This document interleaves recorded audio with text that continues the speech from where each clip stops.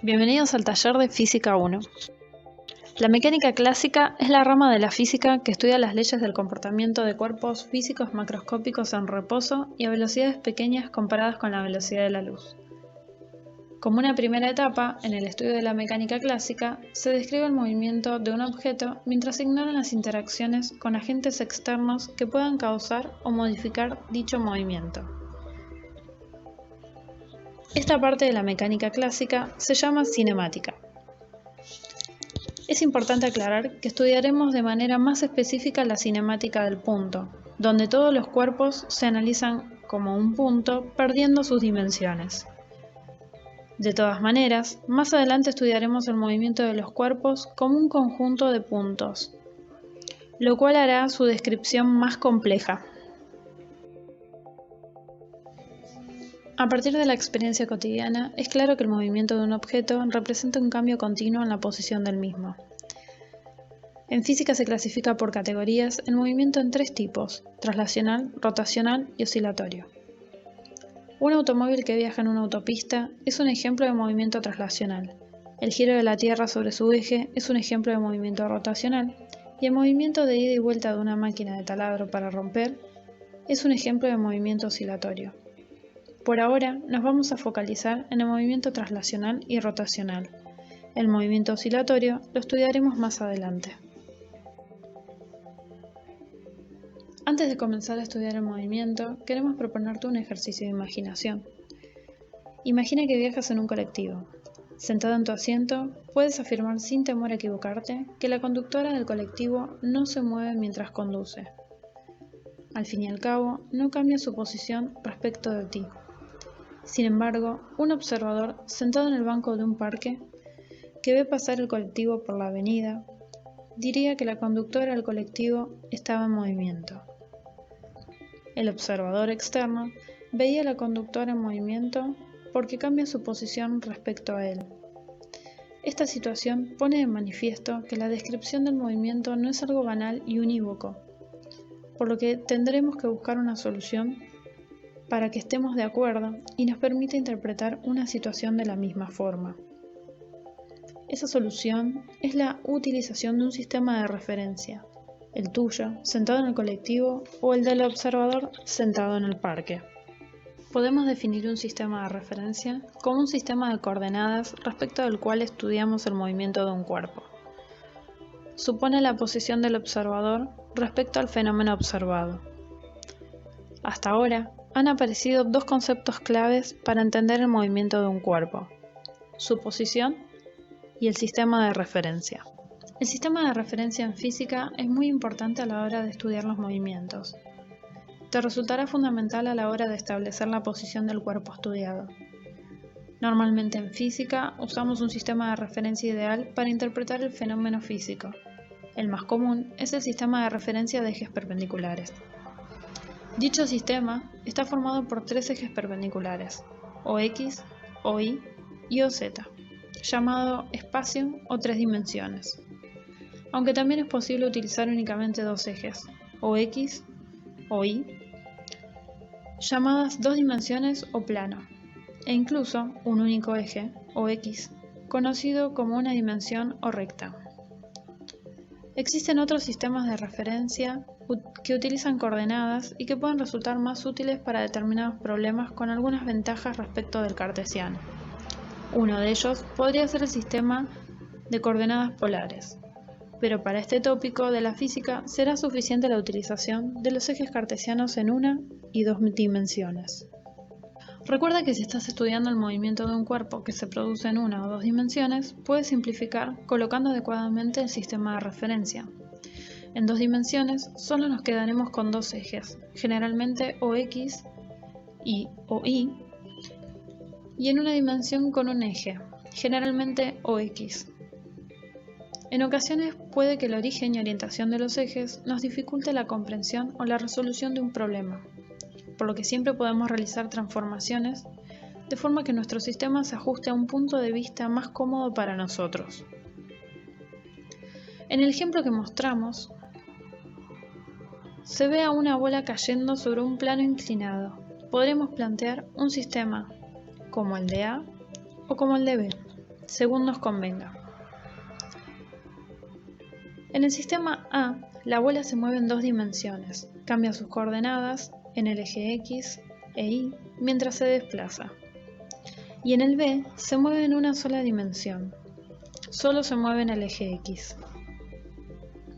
Realizar cálculos en una dimensión suele ser mucho más fácil que en 2, por lo que sería más conveniente escoger el sistema B. En cualquiera de los 2 casos, tendremos que asegurarnos que las nuevas referencias se ajustan al cambio que hemos realizado en el sistema. Por ejemplo, en A, la bola empieza a moverse en el punto 0, 3 y en B empieza a moverse en 0, 0. Comencemos a estudiar el movimiento de traslación. Para ello vamos a empezar a definir algunos conceptos, como por ejemplo posición, desplazamiento y velocidad. La cinemática describe el movimiento de los cuerpos sin considerar las causas. Para acotar el análisis, tomaremos un punto del cuerpo que se mueve, al que llamaremos punto móvil, desarrollando la cinemática del punto. Este punto móvil describirá una línea durante su movimiento a la que llamaremos trayectoria. Cuando la misma es una recta, decimos que el movimiento es rectilíneo. Para describir el movimiento de un punto, por ejemplo, el de un auto, como se muestra en la imagen, debemos dar la posición del mismo respecto a un sistema de referencia. Y se agrega un eje de coordenadas. Esta posición la damos como un vector que llamamos vector posición, que tiene el origen en el origen de coordenadas y extremo en el punto móvil. Este vector va siguiendo al punto móvil, el auto en nuestro ejemplo, a lo largo de su trayectoria. Llamamos desplazamiento al vector que tiene origen en la posición inicial y extremo en la final. Se puede calcular haciendo la diferencia entre los vectores posición final e inicial. Es muy importante reconocer la diferencia entre desplazamiento y distancia recorrida. La distancia es una medida de la longitud total recorrida a lo largo de un camino, independientemente del sentido en que se recorrió el mismo. El desplazamiento, en cambio, sí tiene en cuenta el sentido del recorrido, pero solo tiene información de los 2 vectores posición que mencionamos antes. Pierde información sobre lo que hizo el móvil entre esas 2 posiciones. El desplazamiento es un ejemplo de una cantidad vectorial. Muchas otras cantidades físicas, incluida la velocidad y la aceleración, también son vectores. En general, una cantidad vectorial requiere la especificación tanto de dirección como de magnitud y sentido. En contraste, una cantidad escalar, como el caso de la distancia, tiene un valor numérico y no tiene dirección ni sentido. Recuerden visitar el aula virtual, donde tienen las clases audiovisuales, en Matemáticas al servicio de la física, donde se tratan los elementos matemáticos utilizados para la representación de magnitudes con características como sentido, dirección y cantidad. Ya definimos desplazamiento. Si ahora incluimos el tiempo que tarda en realizar dicho desplazamiento, podemos definir otro concepto llamado velocidad. La velocidad promedio de una partícula se define entonces como el desplazamiento de la misma dividido entre el intervalo de tiempo durante el que ocurre dicho desplazamiento, donde el subíndice x indica movimiento a lo largo del eje x. Como el desplazamiento es una magnitud vectorial y el tiempo es una magnitud escalar, de esta división se obtiene que la velocidad también es una magnitud vectorial. A su vez, es claro que la velocidad tiene magnitudes de longitud divididas entre el tiempo, o metros por segundo, en unidades del sistema internacional. Ya definimos velocidad promedio. Ahora nos preguntamos, ¿qué es la velocidad instantánea?, cuyo módulo vemos reflejado, por ejemplo, en el velocímetro de un auto. La velocidad instantánea es aquella que se obtiene cuando estudiamos el desplazamiento que realiza, en este caso un auto, en un lapso de tiempo muy pequeño. Dijimos que el desplazamiento es una magnitud vectorial, por ende la velocidad también lo es. Entonces vale la pena hacer una pequeña aclaración sobre la diferencia entre rapidez y velocidad.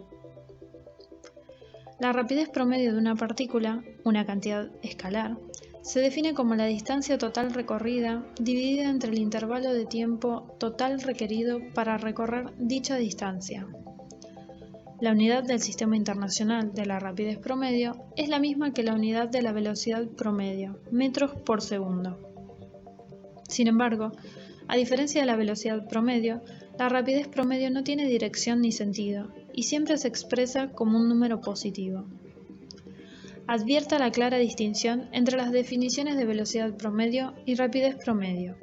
La velocidad promedio es el desplazamiento dividido entre el intervalo de tiempo de magnitud vectorial, mientras que la rapidez promedio es la distancia dividida entre el intervalo de tiempo de magnitud escalar. Podemos cambiar la velocidad de un vehículo al modificar su magnitud, dirección o sentido, o todas juntas. El qué tan rápido cambia la velocidad es lo que entendemos por aceleración. La aceleración es igual al cambio de velocidad sobre el intervalo de tiempo. Decimos que un cuerpo tiene aceleración cuando hay un cambio en su estado de movimiento. La idea clave que define la aceleración es el cambio.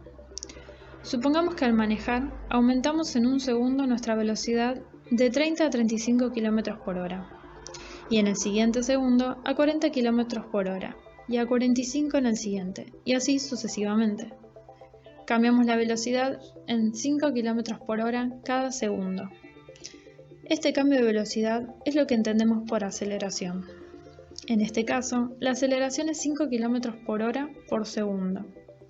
Por lo tanto, entran dos veces unidades de tiempo, una dentro de la unidad de velocidad y de nuevo por el intervalo de tiempo en que cambió la velocidad.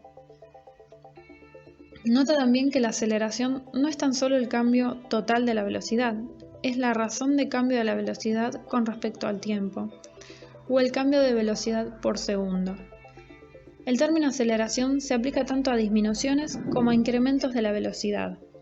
Por ejemplo, decimos que los frenos de un automóvil producen grandes desaceleraciones, es decir, que hay una gran disminución de la velocidad del vehículo en un segundo.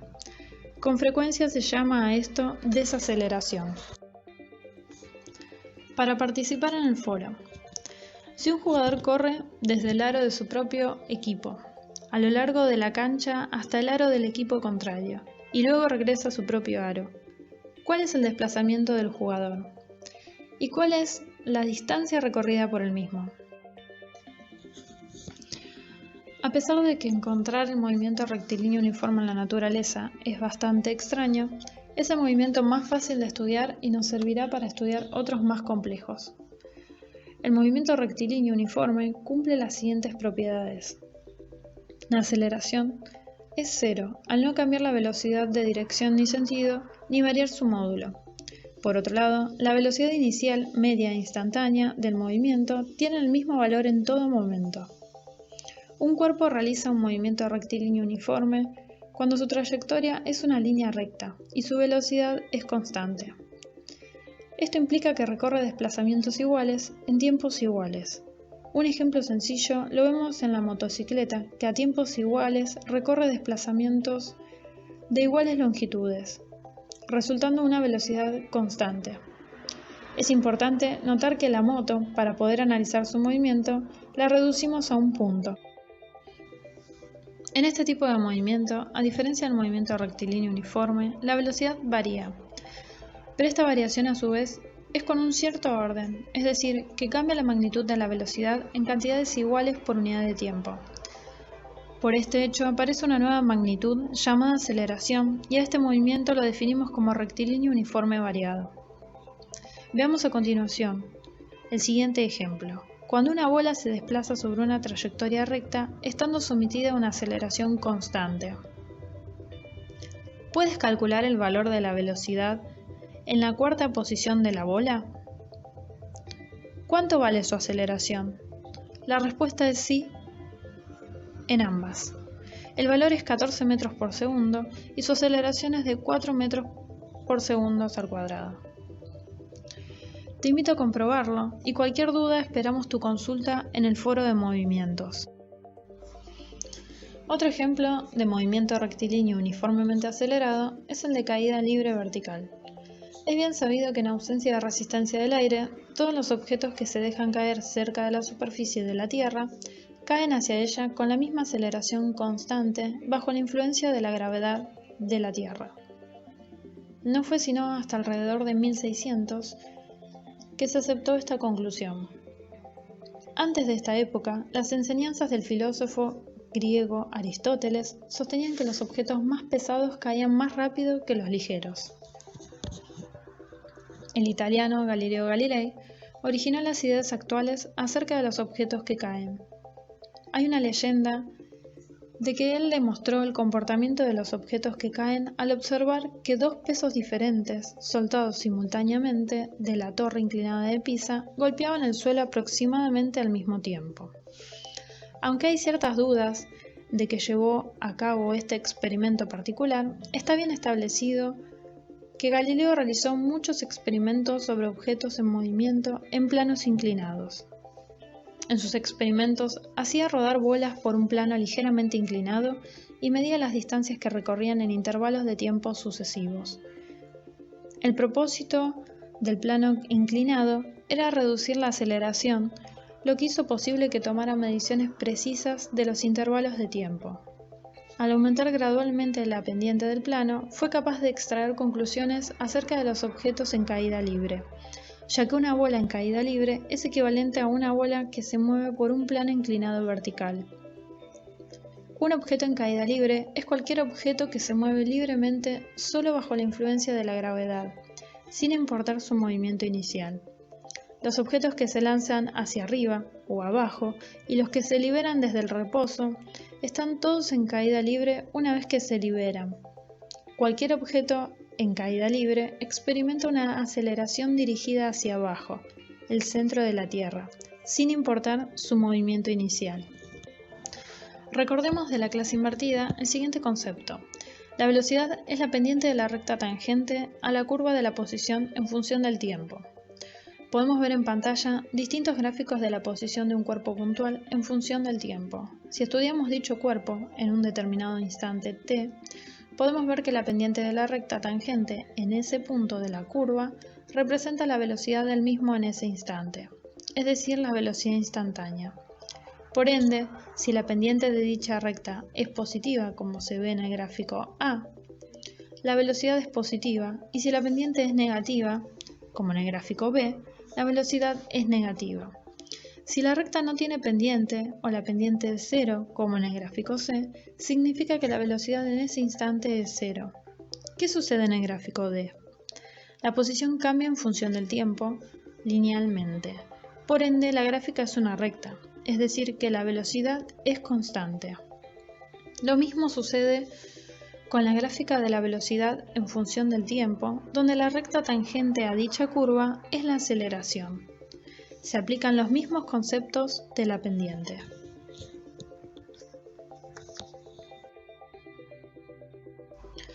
Con los conceptos refrescados anteriormente, estudiamos un caso donde integramos las tres gráficas juntas.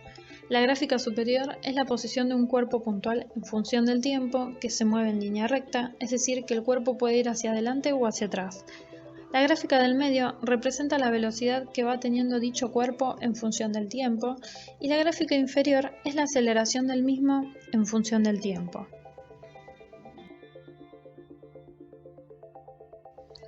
Supongamos que un vehículo se encuentra en reposo, es decir, su velocidad es cero, como en el caso A, y acelera de manera constante. Podemos observar que la gráfica de la aceleración durante ese intervalo de tiempo, al ser constante, es una recta horizontal, por lo tanto la velocidad va a incrementarse linealmente. La pendiente de la recta tangente de esta curva es constante porque la aceleración lo es, y la posición va a cambiar de forma que la gráfica de la posición en función del tiempo es una función cuadrática, cuya gráfica es una parábola, donde la pendiente de la curva en cada instante va a variar en función del tiempo. Atención a esto, el movimiento sigue siendo rectilíneo. En el caso B, cuando la aceleración es nula, la velocidad es constante y la posición cambia linealmente en ese intervalo. En el caso C, el vehículo comienza a desacelerar de manera constante, es decir, con aceleración negativa constante, disminuyendo su velocidad linealmente.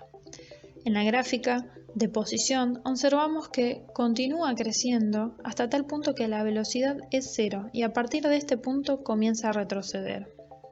También podemos observar en la gráfica de la posición que la pendiente de la recta tangente a la curva va decreciendo con el tiempo, mientras la pendiente es positiva. La velocidad es positiva, aunque sigue decreciendo, y cuando la pendiente de la recta tangente a la curva de la posición es negativa, la velocidad es negativa. El vehículo está retrocediendo cada instante con mayor velocidad, y en el caso D, comienza a acelerar de manera positiva hasta detenerse.